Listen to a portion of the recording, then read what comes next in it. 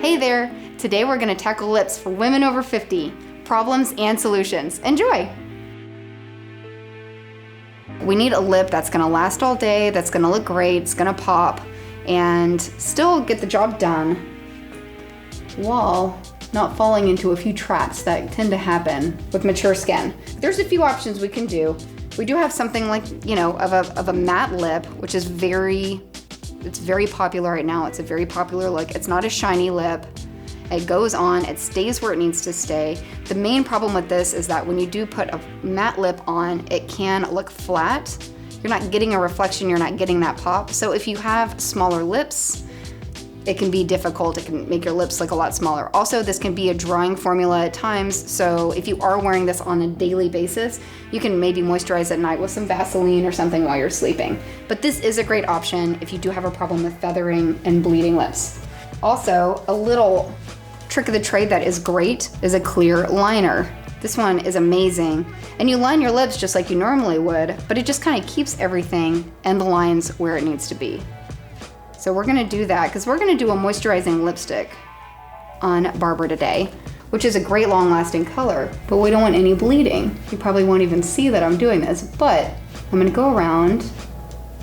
It's like we're just building a little fence right now to keep all that color where it needs to be. We're corralling.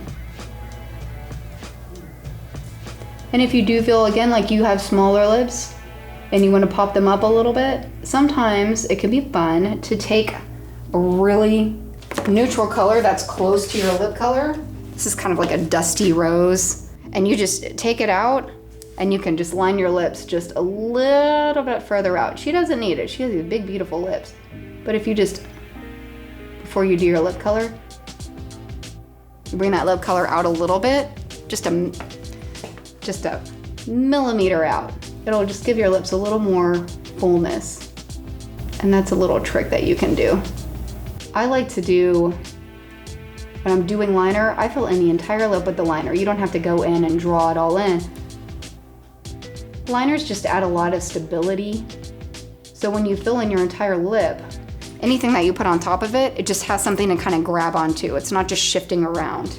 A lot of people like to fill in their whole lip with a color that they really like, they get the shape that they like, and then they put a gloss on top, and that's really nice. So you still get that shimmer, you still get that shine, some color, but it's not gonna come off as quickly, and it's not just swimming around on your lips. So we've got the undercolor on here. I'm gonna do this really pretty coral color that I love, and it's a sheer. It's just a nice pop. It's one of my favorite spring colors. But I feel like coral is kind of moving into a multi-seasonal popularity right now. And this is kind of good if you're going out, if you're kind of for an everyday look, if you're going to work.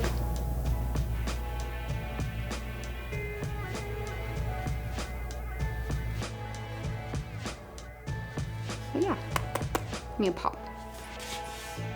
And it's not a matte color. I love lipsticks. They do have a little pop. If you even want to add an extra bit of sparkles to your life just to make your lips pop up a little bit, you can always take a fun gloss. If you just get a little bit and you pop it just in the middle there.